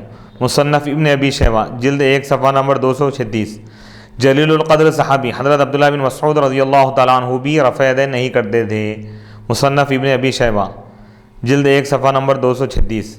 ترمذی جلد 1 صفحہ نمبر 59۔ جلیل القدر صحابی حضرت ابو ہریرہ رضی اللہ تعالیٰ عنہ بھی رفع یدین نہیں کرتے تھے۔ موطا امام محمد صفحہ نمبر 88۔ حضرت عبداللہ بن عمر رضی اللہ تعالیٰ عنہ جن سے رفع یدین کی حدیث مروی ہے مگر وہ خود رفع یدین نہیں کرتے تھے۔ مسند احمد جلد 2 صفحہ نمبر 146۔ عام صحابہ کرام، تابعین عظام اور تبع تابعین بھی صرف تکبیر تحریمہ کے وقت ہی رفع یدین کرتے تھے، رکوع کے وقت نہیں کرتے تھے، رفع یدین نہیں کرتے تھے۔ چنانچہ امام ترمذی رحمۃ اللہ علیہ فرماتے ہیں کہ بہت سے اہل علم صحابہ اور تابعین کا یہی مذہب ہے، یعنی رفع یدین نہ کرنا یہ ان کا مذہب ہے۔ ترمذی باب رفع الیدین عند الرکوع صفحہ نمبر 257۔ اسلام کے مراکز مدینہ منورہ، مکہ مکرمہ اور کوفہ ان تینوں علاقوں میں بھی رفع یدین نہیں کیا جاتا تھا۔ التمہید لابن عبد البر، ابن عبد البر کی جو کتاب ہے تمہید، جلد 9 صفحہ نمبر 213۔ نیل الفرقدین صفحہ نمبر 220، تاریخ الاسلام للذہبی، امام ذہبی کی جو تاریخ اسلام ہے اس کی جلد 5 صفحہ نمبر 33۔ مشہور تابعی حضرت ابراہیم نخعی رحمۃ اللہ علیہ نے اپنے شاگردوں کو رفع یدین کرنے سے منع فرمایا اور ان کو صرف تکبیر تحریمہ کے وقت ہی ہاتھ اٹھانے کا حکم دیا۔ مصنف ابن ابی شیبہ جلد 1 صفحہ نمبر 267۔ مشہور امام حدیث و فقہ حضرت عامر شعبی، مشہور امام حدیث و فقہ حضرت عامر شعبی بھی رفع یدین نہیں کرتے تھے۔ مصنف ابن ابی شیبہ جلد 1 صفحہ نمبر 267۔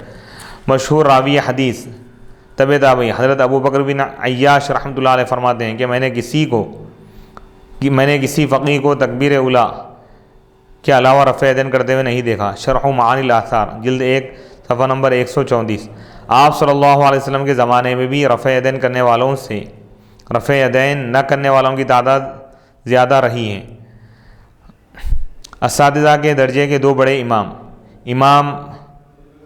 مالک اور امام ابو حنیفہ رفع یدین نہ کرنے کے قائل ہیں، اور تلامذہ کے درجے کے دو چھوٹے امام شافعی اور امام احمد رفع یدین کے قائل ہیں، اور یہ بات بالکل واضح ہے کہ اساتذہ کی رائے کو ترجیح دی جاتی ہے۔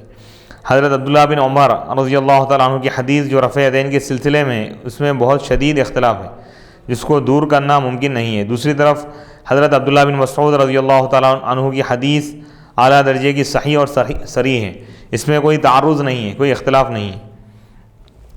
رفع یدین کی احادیث صرف فعلی ہیں، اور رفع یدین نہ کرنے کی احادیث فعلی بھی ہے اور قولی بھی ہے۔ یعنی رفع یدین کرنے کی جو احادیث ہے عمل اس میں بتایا گیا ہے، اور رفع یدین نہ کرنے کی جو احادیث ہے وہ عمل بھی ہے اور قول بھی ہے۔ یعنی قول سے حضور نے منع بھی فرمایا، اور عمل سے آپ نے بتا دیا کہ رفع یدین کرنا نہیں ہے۔ رفع یدین کی احادیث نقل کرنے والے صحابہ اکثر کم عمر ہیں، جیسے عبداللہ بن عمر اور حضرت عبداللہ بن زبیر، یا وہ صحابہ ہیں جنہوں نے کبھی کبھار آپ کی نماز کو دیکھا، جیسے وائل بن حجر ہے۔ دوسری طرف رفع یدین نہ کرنے کی احادیث بڑی عمر اور بڑے درجے کے صحابہ سے منقول ہے۔ آثار السنن جلد 1 صفحہ نمبر 215۔ نماز کی تاریخ پر غور کرنے سے بات معلوم ہوتی ہے کہ نماز کے افعال حرکت سے سکون کی طرف منتقل ہوئے ہیں، اس طور پر کہ پہلے نماز میں بات چیت کرنا، ادھر ادھر توجہ کرنا جائز تھا، لیکن بعد میں ان تمام چیزوں سے روک دیا گیا۔ بالکل اسی طرح رفع یدین جو ایک حرکت والا عمل ہے، پہلے ہر اونچ نیچ پر تھا، پھر آہستہ آہستہ تمام جگہوں سے اس کو ختم کر دیا گیا، صرف تکبیر تحریمہ کے وقت باقی رکھا گیا۔ اس لیے کہ تکبیر تحریمہ نماز کا بارڈر ہے، نماز میں داخل نہیں ہے، نماز کے آغاز کی علامت ہے۔ تو بہرحال خلاصہ کلام یہ ہے کہ رفع یدین نہیں کرنا، اس پر اکثر صحابہ، تابعین، طبع تابعین کا اتفاق۔ رفع یدین کی جو حدیثیں ہیں وہ منسوخ ہیں، بعد میں منع کیا گیا۔ چند دلائل ہم یہاں پیش کریں گے ترک رفع یدین مختلف کتابوں سے، کہ رفع یدین کرنا نہیں ہے، صرف تکبیر تحریمہ کے وقت ہی کرنا ہے۔ ترک رفع یدین کی دلیل صحیح بخاری کی حدیث کی روشنی میں، عن ابی حمید الساعدی رضی اللہ عنہ انا كنت احفظكم لصلاة رسول الله صلی اللہ علیہ وسلم رأيته اذا كبر جعل يديه حذاء منكبيه واذا ركع امكن يديه من ركبتيه ثم حصر ظهره فاذا رفع رأسه استوى حتى يعود كل فقار مكانه فاذا سجد وضع يديه غير مفترش ولا قابضها واستقبل بأطراف أصابع رجليه القبلة فإذا جلس في الركعتين جلس على رجله اليسرى ونصب اليمنى وإذا جلس في الركعة الآخرة قدم رجله اليسرى ونصب الأخرى وقعد على مقعدته۔ بخاری شریف جلد اول صفحہ نمبر 114، ابو داؤد صفحہ نمبر 138، ترمذی جلد اول صفحہ نمبر 40۔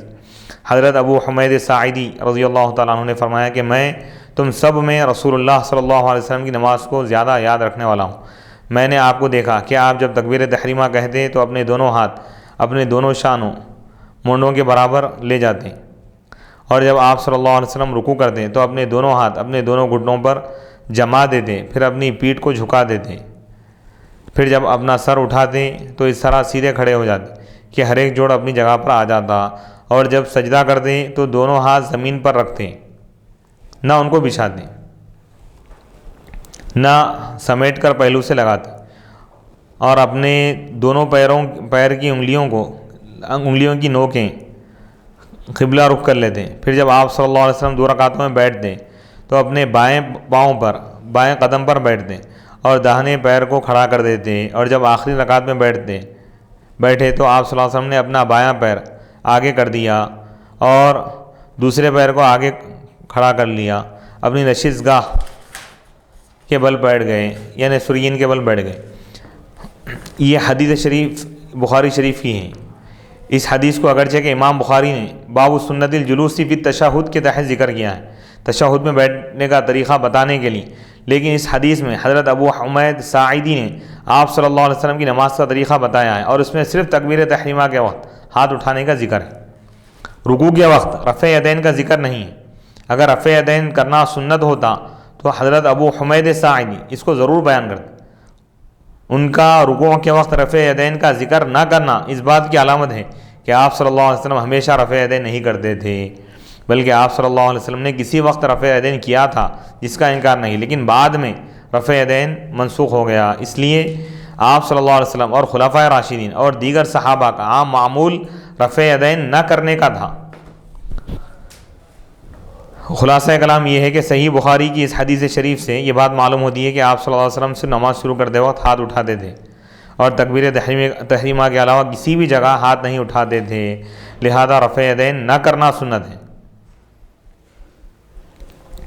یہ حدیث شریف بخاری کے علاوہ ابو داؤد صفحہ نمبر 138 پر بھی ہیں، اس میں بھی رفع یدین کا ذکر نہیں۔ اسی طرح ترمذی شریف صفحہ نمبر 40 پر بھی یہ حدیث موجود ہے، اس میں بھی رفع یدین کا ذکر نہیں۔ ایسے تقریباً کئی دلائل ہیں، بعض علماء نے 23 دلائل بیان کیے۔ کئی احادیث ہیں، مسلم شریف کی بھی حدیث ہے، مسلم شریف کی ایک حدیث ہم یہاں پر بیان کر رہے ہیں۔ حدثنا ابو بکر بن ابی شیبہ و ابو قریب قال حدثنا ابو معاویہ عن الاعمش عن المسیب بن رافع عن تمیم بن طرفة عن جابر بن سمرة قال خرج علينا رسول الله صلى الله عليه وسلم فقال ما لي أراكم رافعي أيديكم كأنها أذناب خيل شمس اسكنوا في الصلاة۔ مسلم شریف جلد اول صفحہ نمبر 181 اور ابو داؤد جلد 1 صفحہ نمبر 143۔ تمیم بن طرفہ حضرت جابر بن سمرہ سے روایت کرتے ہیں کہ حضرت جابر نے کہا کہ رسول اللہ صلی اللہ علیہ وسلم حجرے سے نکل کر ہمارے پاس تشریف لائے اور ہم نماز میں رفع یدین کر رہے تھے، تو آپ صلی اللہ علیہ وسلم نے فرمایا کہ مجھے کیا ہو گیا ہے کہ میں تمہیں ہاتھوں کو اٹھاتے ہوئے دیکھ رہا ہوں، گویا کہ شریر گھوڑوں کی دم ہے، سرکش گھوڑوں کی، نماز میں سکون اختیار کرو۔ اللہ اکبر۔ اس حدیث کا ظاہر یہ ہے کہ مسجد نبوی میں بعض صحابہ نفل نماز پڑھ رہے تھے، اسی حالت میں آپ صلی اللہ علیہ وسلم حجرہ مبارکہ سے باہر تشریف لائے اور صحابہ کو نماز کے دوران رفع یدین کرتے ہوئے دیکھ کر ہاتھوں کو اٹھانے سے منع کیا اور پرسکون رہنے کا حکم فرمایا۔ اس حدیث سے 2 باتیں معلوم ہوتی ہیں۔ مسجد نبوی میں چند صحابہ نفل نماز پڑھ رہے تھے اور آپ صلی اللہ علیہ وسلم مسجد نبوی میں موجود نہیں تھے۔ بعض صحابہ جو نفل نماز پڑھ رہے تھے وہ نماز کے دوران یعنی رکوع کے وقت رفع یدین کر رہے تھے، تو آپ صلی اللہ علیہ وسلم نے صحابہ کو رفع یدین کرتے ہوئے دیکھ کر ناراضگی کا اظہار فرمایا اور صحابہ کو ہاتھ اٹھانے سے منع فرمایا اور بار بار حرکت نہ کرنے کا حکم دیا۔ اور سرکش گھوڑوں کی مثال دے کر سمجھانا، کیونکہ یہ بار بار جو حرکت ہے یہ آداب نماز کے خلاف ہے، کیونکہ حدیث شریف میں جو بات بتائی گئی ہے کہ پرسکون انداز میں ایسے انداز میں نماز پڑھیں کہ اس میں ایک وقار معلوم، بار بار رفع یدین کرنا یہ گویا کہ آداب نماز کے خلاف۔ اور دلائل ہے اس میں، غیر مقلدین اس حدیث کے بارے میں یہ کہتے ہیں کہ یہ حدیث سلام کے وقت ہاتھ اٹھانے پر ممانعت کے بارے میں، وہ لوگ اس سے جوڑ رہے ہیں جبکہ اس سے کوئی تعلق نہیں، لیکن ان کی بات بالکل غلط ہے، بلکہ یہ حدیث تو رکوع کے وقت رفع یدین سے منع کرنے کے بارے میں۔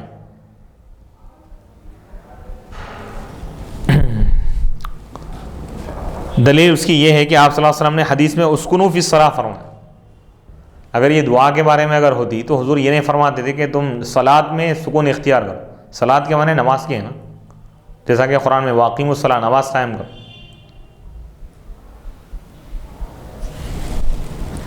نماز میں سکون اختیار کرو، یہ فرمایا. دلیل اس کی یہ ہے کہ آپ صلی اللہ علیہ وسلم نے حدیث میں اسکنوا فی الصلاۃ، نماز میں سکون اختیار کرو فرمایا. یہ جملہ صاف بتاتا ہے کہ آپ صلی اللہ علیہ وسلم نے ہاتھ اٹھانے سے جو ممانعت فرمائی ہے وہ نماز کے اندر والے کام کے بارے میں. نماز کا اندرونی عمل ہے، بیرونی نہیں. دعا بیرونی عمل ہے نا. اس لیے کہ آپ صلی اللہ علیہ وسلم نے نماز میں پرسکون رہنے کا حکم دیا. نماز میں کہنے سے بات معلوم ہوئی کہ نماز کے اندر والے کسی کام سے متعلق ہے. اسکنوا فی الصلاۃ جو فرمایا، اور یہ بات بالکل واضح ہے کہ جو سلام پھیرنے کا وقت ہوتا ہے وہ نماز سے باہر نکلنے کا ہوتا ہے. اس لیے السلام علیکم کہتے ہی نماز ختم ہو جاتی ہے. لہذا سلام کے وقت کے کسی عمل کو نماز کے اندر کا عمل نہیں کہا جا سکتا ہے. مثال کے طور پر سلام کے وقت دائیں جانب اور بائیں جانب رخ کرنے والے کو یہ نہیں کہتے کہ اس نے نماز کے اندر دائیں اور بائیں جانب رخ کیا ہے. بالکل اسی طرح سلام پھیرنے والے سے یہ نہیں کہہ سکتے کہ نماز کے اندر سکون اختیار کرو، کیونکہ سلام کا وقت نماز سے باہر نکلنے کا وقت ہوتا ہے. سلام نماز کا درمیانی جز حصہ نہیں ہے بلکہ نماز کا بارڈر ہے. تفصیل کے لیے فتح الملہم کا مطالعہ کیجیے، پڑھیے، معلوم ہوگا. خلاصہ کلام یہ ہے کہ اس پوری تفصیل سے یہ بات بالکل واضح ہو گئی کہ اس حدیث میں جو ہاتھ اٹھانے کی ممانعت آئی ہے وہ رکوع کے وقت ہی کے بارے میں ہے، سلام کے بارے میں نہیں. اور سلام کے وقت ہاتھ اٹھانے سے منع کرنے کے بارے میں ایک دوسری حدیث ہے، اور وہ یہ ہے: کننا اذا صلینا مع رسول اللہ صلی اللہ علیہ وسلم قلنا السلام علیکم ورحمۃ اللہ، السلام علیکم ورحمۃ اللہ، واشار بیدہ الی الجانبین، فقال رسول اللہ صلی اللہ علیہ وسلم علی ما تؤمن بایدیکم کأنها اذناب خیل شمس انما یکفی احدکم ان یضع یدہ علی فخذہ ثم یسلم علی اخیہ من علی یمینہ و شمالہ.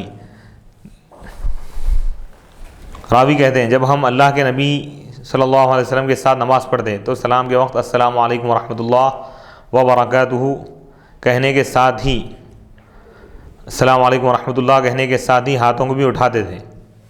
آپ صلی اللہ علیہ وسلم نے ہمارے اس عمل کو دیکھ کر فرمایا کہ تم اپنے ہاتھوں کو شریر گھوڑوں کے دم کی طرح کیوں اٹھاتے ہو؟ تمہارے لیے بس یہی کافی ہے کہ تم اپنے رانوں پر ہاتھ رکھے ہوئے دائیں بائیں جانب اپنے بھائیوں کو سلام کر لیا کرو. اس حدیث شریف سے دو باتیں معلوم ہوتی ہیں. صحابہ رضی اللہ تعالیٰ عنہم آپ صلی اللہ علیہ وسلم کے ساتھ فرض نماز پڑھ رہے تھے. دوسری بات یہ ہے کہ تمام صحابہ سلام پھیرتے وقت اپنے ہاتھوں کو اٹھا رہے تھے، تو آپ صلی اللہ علیہ وسلم نے سلام کے بعد ان کو ہاتھ اٹھانے سے منع فرمایا. خلاصہ کلام یہ ہے کہ حضرت جابر بن سمرہ رضی اللہ تعالیٰ عنہ سے دونوں طرح کی حدیثیں آئی ہیں، یعنی رکوع اور سلام کے وقت، اور وہ دونوں مسلم شریف میں موجود ہیں. ان میں سے ایک حدیث میں رکوع کے وقت ہاتھ اٹھانے سے ممانعت ہے اور دوسری حدیث میں سلام کے وقت ہاتھ اٹھانے سے ممانعت آئی ہے. لہذا غیر مقلدین کا دو الگ الگ حدیثوں کو ایک کہہ کر امت کے ناواقف بھولے والے نوجوانوں کو پریشان کرنا ایسا عمل ہے جو امت میں سخت انتشار کا سبب بن رہا ہے، جو عند اللہ مواخذے کا سبب ہے. تو ناظرین کرام یہ آخرت میں ان سے پوچھا جائے گا. یعنی خلاصہ کلام یہ ہے کہ رفع یدین نہ کرنے کی حدیثیں بہت زیادہ ہیں. بعض علماء نے تو اس پر کئی رسالے بھی لکھے ہیں. بعض کتابوں میں تقریباً 23 دلائل پیش کیے گئے رفع یدین نہ کرنے کی جو حدیثیں، جیسا کہ ابھی دو حدیثیں بطور نمونے کے پیش کیے گئے، ایک بخاری کی ہیں، ایک مسلم شریف کی حدیث. اچھا، جن احادیث میں رفع یدین کا ذکر ہے اس کا بھی بعض علماء نے جواب دیا. اس کا جواب کیا ہے؟ اس کا جواب حدیث کی روشنی میں دیا جا رہا ہے. وہ حدیث پہلے تلاوت کی جائیں گی، اس کے بعد اس کا جواب ہم دیں گے انشاءاللہ. حدثنا محمد بن مقاتل قال اخبرنا عبد الله قال اخبرنا يونس عن الزهري اخبرني سالم بن عبد الله عن عبد الله بن عمر رضي الله عنهما قال رأيت رسول الله صلى الله عليه وسلم اذا قام في الصلاة رفع يديه حتى تكون حذو منكبيه وكان يفعل ذلك حين يكبر للركوع ويفعل ذلك اذا رفع رأسه من الركوع ويقول سمع الله لمن حمده ولا يفعل ذلك في السجود. تو یہ حدیث جس میں حضرت عبداللہ بن عمر رضی اللہ تعالیٰ عنہما سے روایت ہے، انہوں نے کہا کہ میں نے رسول اللہ صلی اللہ علیہ وسلم کو دیکھا کہ جب آپ نماز کے لیے کھڑے ہوتے تو آپ اپنے دونوں ہاتھوں کو اٹھائیں یہاں تک کہ آپ دونوں ہاتھ مونڈوں کے برابر فرما دیتے، اور جب آپ رکوع کے لیے تکبیر کہتے تو بھی آپ یہی رفع کرتے ہیں، یعنی رفع یدین فرماتے ہیں. جب آپ رکوع سے سر اٹھا دیں تو ایسا ہی کرتے تھے، اور سمیع اللہ لمن حمیدہ کہتے تھے، اور آپ یہ عمل سجدے میں نہیں کرتے تھے. تو اس حدیث کا جواب یہ ہے، پہلی بات تو یہ ہے کہ یہ حدیث بخاری و مسلم، ترمذی، ابو داؤد وغیرہ میں موجود ہیں. حضرت عبداللہ بن عمر رضی اللہ تعالیٰ عنہ کی اس فعلی حدیث کا مضمون یہ ہے. حضرت عبداللہ بن عمر رضی اللہ تعالیٰ عنہ فرماتے ہیں کہ میں نے آپ صلی اللہ علیہ وسلم کو دیکھا، آپ صلی اللہ علیہ وسلم تکبیر تحریمہ کے وقت دونوں ہاتھ اٹھاتے تھے، اسی طرح رکوع میں جاتے وقت اور رکوع سے سر اٹھاتے وقت بھی دونوں ہاتھ اٹھاتے، البتہ سجدے کے وقت آپ دونوں ہاتھ نہیں اٹھاتے. اس حدیث سے غیر مقلدین یہ استدلال کرتے ہیں کہ آپ صلی اللہ علیہ وسلم ہمیشہ رفع یدین کرتے تھے. یہ حدیث ان کی سب سے مضبوط اور قوی دلیل ہے. اس کا جواب یہ ہے کہ اس حدیث کے ثبوت کا ہم انکار نہیں کرتے، بلکہ اس حدیث کی سند تو سلسلۃ الذہب، سنہری زنجیر ہے. لیکن اس حدیث کی سند کے صحیح ہونے کے باوجود رفع یدین کے سلسلے میں حضرت عبداللہ بن عمر رضی اللہ تعالیٰ عنہما کی روایات اتنی زیادہ متعارض ہیں کہ ان میں سے کسی ایک کو ترجیح دینا مشکل ہے. چنانچہ علامہ یوسف بن نوری رحمۃ اللہ علیہ نے کتاب معارف السنن میں یہ بات ذکر کی کہ رفع یدین کے سلسلے میں حضرت عبداللہ بن عمر رضی اللہ تعالیٰ عنہما کی یہ حدیث 6 طرح سے مروی ہیں اور وہ درجہ ذیل ہیں. حضرت امام مالک نے اپنی مایہ کتاب المدونۃ الکبریٰ میں حضرت عبداللہ بن عمر رضی اللہ تعالیٰ عنہما سے ایک مرفوع حدیث اس طرح روایت کی ہے کہ اس میں صرف تکبیر تحریمہ کے وقت رفع یدین کا ذکر ہے، رکوع کے وقت رفع یدین کا ذکر نہیں ہے. دوسری حدیث جو بتا رہے ہیں، دوسری روایت، حضرت امام مالک رحمۃ اللہ علیہ نے موطا میں حضرت عبداللہ بن عمر رضی اللہ تعالیٰ عنہما سے ایک مرفوع حدیث نقل کی ہے. اس میں صرف 2 مرتبہ رفع یدین کا ذکر ہے، یعنی تکبیر تحریمہ کے وقت اور رکوع سے اٹھتے وقت. رکوع میں جاتے وقت رفع یدین کا ذکر نہیں. تیسری روایت بخاری، مسلم وغیرہ میں حضرت عبداللہ بن عمر رضی اللہ تعالیٰ عنہما کی حدیث اس طرح آئی ہے کہ اس میں 3 جگہوں پر رفع یدین کا ذکر ہے: نماز شروع کرتے وقت، رکوع میں جاتے وقت، رکوع سے سر اٹھاتے وقت. چوتھی روایت امام بخاری نے اپنے رسالہ جزء رفع الیدین میں ایک حدیث حضرت عبداللہ بن عمر رضی اللہ تعالیٰ عنہما سے اس طرح روایت کی ہے کہ اس میں سجدے میں جاتے وقت بھی رفع یدین کا ذکر ہے. پھر غیر مقلدین سجدے میں جاتے وقت رفع یدین کیوں نہیں کرتے؟ امام بخاری رحمۃ اللہ علیہ جو اپنی کتاب میں لکھے ہیں، رفع یدین کے بارے میں ایک رسالہ لکھیں، اس میں یہ بیان یہ کہ اس میں سجدے میں جاتے وقت بھی رفع یدین کا ذکر کیا گیا ہے. جیسا آپ غیر مقلدین بولتے ہیں کہ بخاری میں ہے رفع یدین ہم کر رہے ہیں، رکوع میں جاتے وقت رفع یدین کر رہے ہیں، رکوع سے سر اٹھاتے وقت. تو ایک روایت میں یہ ہے کہ سجدے میں جاتے وقت رفع یدین کا ذکر ہے، لہذا رفع یدین 5 موقعوں پر ثابت ہوتا ہے: تکبیر تحریمہ کے وقت، رکوع میں جاتے وقت، رکوع سے سر اٹھاتے وقت، قائد اولیٰ سے اٹھتے وقت، سجدے میں جاتے وقت. 5ویں روایت صحیح بخاری میں حضرت عبداللہ بن عمر رضی اللہ تعالیٰ عنہما کی ایک روایت اس طرح مروی ہے کہ اس میں 4 جگہ رفع یدین کرنے کا ذکر ہے: تکبیر تحریمہ کے وقت، رکوع میں جاتے وقت، رکوع سے اٹھتے وقت، قائد اولیٰ سے اٹھتے وقت. پھر غیر مقلدین ایسا کیوں نہیں کر رہے ہیں؟ 6ویں روایت امام طحاوی نے کتاب مشکل الآثار میں حضرت عبداللہ بن عمر رضی اللہ تعالیٰ عنہما کی مرفوع حدیث اس طرح روایت کی ہے کہ اس میں ہر جھکنے اور اٹھنے کے وقت، اسی طرح رکوع، سجدہ، قیام، قعود اور دونوں سجدوں کے درمیان رفع یدین کا ذکر ہے. معارف السنن دیکھیے، معارف السنن جلد 2 صفحہ نمبر 474 ہے. اس تفصیل سے یہ بات معلوم ہوتی ہے کہ رفع یدین کے سلسلے میں حضرت عبداللہ بن عمر رضی اللہ تعالیٰ عنہما سے 6 طریقے ثابت ہوئے ہیں. اس تفصیل سے حضرت عبداللہ بن عمر رضی اللہ تعالیٰ عنہ کی حدیث کے بارے میں چند باتیں معلوم ہیں. حضرت عبداللہ بن عمر رضی اللہ تعالیٰ عنہ کی حدیث اگرچہ سند کے اعتبار سے صحیح ہے، لیکن اس حدیث میں 6 طرح سے اختلاف پایا جاتا ہے، جس کو محدثین کی اصطلاح میں اضطراب کہتے ہیں. اور جو حدیث مضطرب ہو اس سے استدلال نہیں کیا جا سکتا ہے. محدثین اضطراب کی صورت میں حدیث کو نہیں لیتے ہیں، اختیار نہیں کرتے. دوسری بات کیا ہے بھائی، یہ حدیث فعلی ہے، قولی نہیں، عمل کو بتا رہے ہیں. فعل سے دوام ہمیشہ کرنا ثابت نہیں ہوتا، لہذا حدیث سے آپ صلی اللہ علیہ وسلم کا ہمیشہ رفع یدین کرنا اور رفع یدین کو آپ صلی اللہ علیہ وسلم کا آخری عمل قرار دینا بالکل غلط ہے. تیسری بات، اس حدیث کو حضرت عبداللہ بن عمر رضی اللہ تعالیٰ عنہما نے روایت کیا ہے، لیکن حضرت عبداللہ بن عمر رضی اللہ تعالیٰ عنہما خود ہی رفع یدین نہیں کرتے تھے.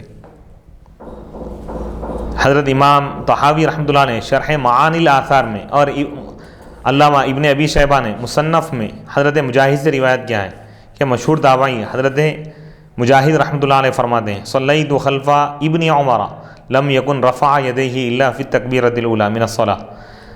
حضرت مجاہد رحمۃ اللہ علیہ جو تابعی ہیں، جو صحابی کو دیکھیں، وہ فرما رہے ہیں کہ میں نے حضرت عبداللہ بن عمر کے پیچھے نماز پڑھی، آپ نے یعنی حضرت عبداللہ بن عمر نے تکبیر تحریمہ کے سوا نماز میں رفع یدین نہیں فرمایا۔ معانی الاثار، شرح معانی الاثار جلد 1 صفحہ نمبر 163، ابن ابی شیبہ جلد 1 صفحہ نمبر 214۔ چوتھی بات، اس حدیث کو حضرت عبداللہ بن عمر رضی اللہ تعالیٰ عنہما کے دو شاگرد حضرت سالم، حضرت نافع رضی اللہ تعالیٰ عنہما روایت کرتے ہیں۔ حضرت سالم نے اس کو مرفوع کیا، یعنی آپ صلی اللہ علیہ وسلم کا فعل بتایا، اور حضرت نافع نے اس روایت کو موقوف بیان کیا، یعنی اس کو حضرت ابن عمر کا فعل بتایا ہے، آپ صلی اللہ علیہ وسلم کا نہیں۔ تحفۃ العلمائی جلد 2 صفحہ نمبر 48۔ پانچویں بات، یہ حدیث فعلی ہے، قولی نہیں ہے، یعنی یہ آپ صلی اللہ علیہ وسلم کا ارشاد نہیں ہے بلکہ حضرت عبداللہ بن عمر کا قول ہے۔ وہ فرماتے ہیں کہ میں نے آپ صلی اللہ علیہ وسلم کو ایک موقع پر رفع یدین کرتے ہوئے دیکھا۔ اس کا یہ مطلب نہیں ہے کہ ہمیشہ رفع یدین کرتے ہوئے دیکھا۔ مثال کے طور پر ایک مرتبہ آپ صلی اللہ علیہ وسلم نے عذر کی وجہ سے کھڑے ہو کر پیشاب فرمایا، بخاری و مسلم میں یہ روایت ہے۔ کیا اس کا یہ مطلب ہے کہ نعوذ باللہ آپ صلی اللہ علیہ وسلم ہمیشہ کھڑے ہو کر پیشاب فرماتے تھے؟ کیا اس سے یہ معلوم ہوتا ہے کہ کھڑے ہو کر پیشاب کرنا آپ صلی اللہ علیہ وسلم کی سنت ہے؟ لا حول ولا قوت الا باللہ۔ حاضرین ناظرین، یہ مسئلہ ذہن میں رکھیے، اس سے بات معلوم ہوئی کہ جس طرح کھڑے ہو کر پیشاب کرنا سنت نہیں، اور آپ صلی اللہ علیہ وسلم ہمیشہ ایسا نہیں کرتے تھے، اسی طرح رفع یدین بھی آپ صلی اللہ علیہ وسلم ہمیشہ نہیں کرتے تھے، بلکہ آپ صلی اللہ علیہ وسلم کسی وقت رفع یدین آپ نے کیا تھا، بعد میں رفع یدین منسوخ ہو گیا، اس لیے رفع یدین نہ کرنا سنت ہے۔ خلاصہ کلام یہ ہے کہ اس حدیث سے صرف یہ بات معلوم ہوتی ہے کہ آپ صلی اللہ علیہ وسلم نے کسی وقت رفع یدین کیا تھا، ہم اس کا انکار نہیں کرتے، بلکہ ہم تو یہ کہتے ہیں کہ آپ صلی اللہ علیہ وسلم نے رفع یدین کیا تھا مگر بعد میں رفع یدین منسوخ ہو گیا، اس لیے آپ صلی اللہ علیہ وسلم نے رفع یدین کو چھوڑ دیا، پھر آپ صلی اللہ علیہ وسلم رفع یدین نہیں کرتے تھے۔ اس حدیث سے یہ ثابت نہیں ہوتا کہ آپ صلی اللہ علیہ وسلم ہمیشہ رفع یدین کرتے تھے یا آپ صلی اللہ علیہ وسلم نے وفات تک رفع یدین کیا تھا۔ لہذا اس حدیث کی وجہ سے غیر مقلدین جو اپنے آپ کو اہل حدیث کہتے ہیں، ان کا رفع یدین کو سنت موقدہ کہنا اور رفع یدین نہ کرنے والوں کو برا بھلا کہنا، رفع یدین نہ کرنے والوں کی نماز کو باطل سمجھنا، رفع یدین نہ کرنے والوں کو گنہگار اور سعادت سے محروم سمجھنا سنگین جہالت اور سخت عناد کی دلیل ہے، اس لیے کہ صحیح احادیث سے بات ثابت ہے۔ اس کا تھوڑا سنگین جہالت یہ جو ہے مفہوم یہ ہے کہ بھئی احناف کو جو لوگ یہ سمجھ رہے ہیں کہ لوگ غلطی پر ہیں، وہ غلط ہے ان کا معاملہ، کیونکہ احناف بھی احادیث پر عمل کر رہے ہیں۔ جیسا کہ ابتدا میں بخاری کی روایت پیش کی گئی تھی کہ اس میں حضور کی نماز کو بیان کیا گیا، لیکن اس پر رفع یدین کا ذکر نہیں ہے ہر وقت، اس لیے کہ صحیح احادیث سے بات ثابت ہے کہ آپ صلی اللہ علیہ وسلم اور خلفائے راشدین اور بہت سے صحابہ کا عمل رفع یدین نہ کرنا تھا۔ خود حضرت عبداللہ بن عمر رضی اللہ تعالیٰ عنہما بھی رفع یدین نہیں کرتے تھے، تو کیا آپ صلی اللہ علیہ وسلم کی اور صحابہ کی نماز باطل تھی؟ یہ صحابہ بھی نہیں کرتے تھے، کیا آپ ان کی نماز کو بھی باطل کہیں گے؟ کیا صحابہ کرام گنہگار و سعادت سے محروم تھے؟ نعوذ باللہ من ذلک۔ ناظرین محترم، سامعین محترم، حق بات یہ ہے کہ آپ صلی اللہ علیہ وسلم نے نماز میں سکون اختیار کرنے اور حرکت نہ کرنے کا حکم دیا، اور نماز میں بار بار ہاتھ اٹھانے سے حرکت ہوتی ہے، اس لیے رفع یدین نہ کرنا آپ صلی اللہ علیہ وسلم کے حکم کی اصل اتباع ہے، اور یہی آپ صلی اللہ علیہ وسلم اور صحابہ کی سنت بھی ہے، اس لیے ہم کو بھی اس پر عمل کرنا چاہیے، یعنی رفع یدین نہ کرنا چاہیے۔ اس حدیث کے راوی حضرت عبداللہ بن عمر رضی اللہ تعالیٰ عنہ آپ صلی اللہ علیہ وسلم کے وصال کے وقت کم عمر تھے، اسی لیے آپ کا شمار چھوٹے صحابہ میں ہوتا ہے۔ جو بڑے صحابہ تھے وہ رفع یدین نہیں کرتے تھے، اور چھوٹے صحابہ نے اپنے دور میں رفع یدین اس لیے شروع کیا تھا کہ آپ کا یہ عمل جو مرور زمانہ سے لوگوں کی نظروں سے اوجھل ہونے لگا تھا، لوگوں کے سامنے آ جائے اور اس سلسلے کی جو روایت ہے وہ محفوظ ہو جائے۔ یعنی بعض صحابہ رفع یدین اس لیے بھی کرتے تھے تاکہ لوگوں کو یہ مسئلہ بھی، یہ حدیث بھی ذہن میں رہے۔ خلاصہ کلام یہ ہے کہ بھئی دونوں احادیث اپنی جگہ حق پر ہیں، لیکن رفع یدین کرنے کا جو حکم ہے وہ منسوخ ہو گیا، اور رفع یدین نہ کرنا یہ دائمی سنت ہے حضور علیہ الصلوۃ والسلام اور صحابہ کا عمل رہا۔ اللہ تعالیٰ سے دعا ہے کہ اللہ تعالیٰ ہم سب کو قرآن اور حدیث کو سمجھنے، اس پر عمل کرنے کی توفیق عطا فرمائے۔ وآخر دعوانا الحمد للہ رب العالمین۔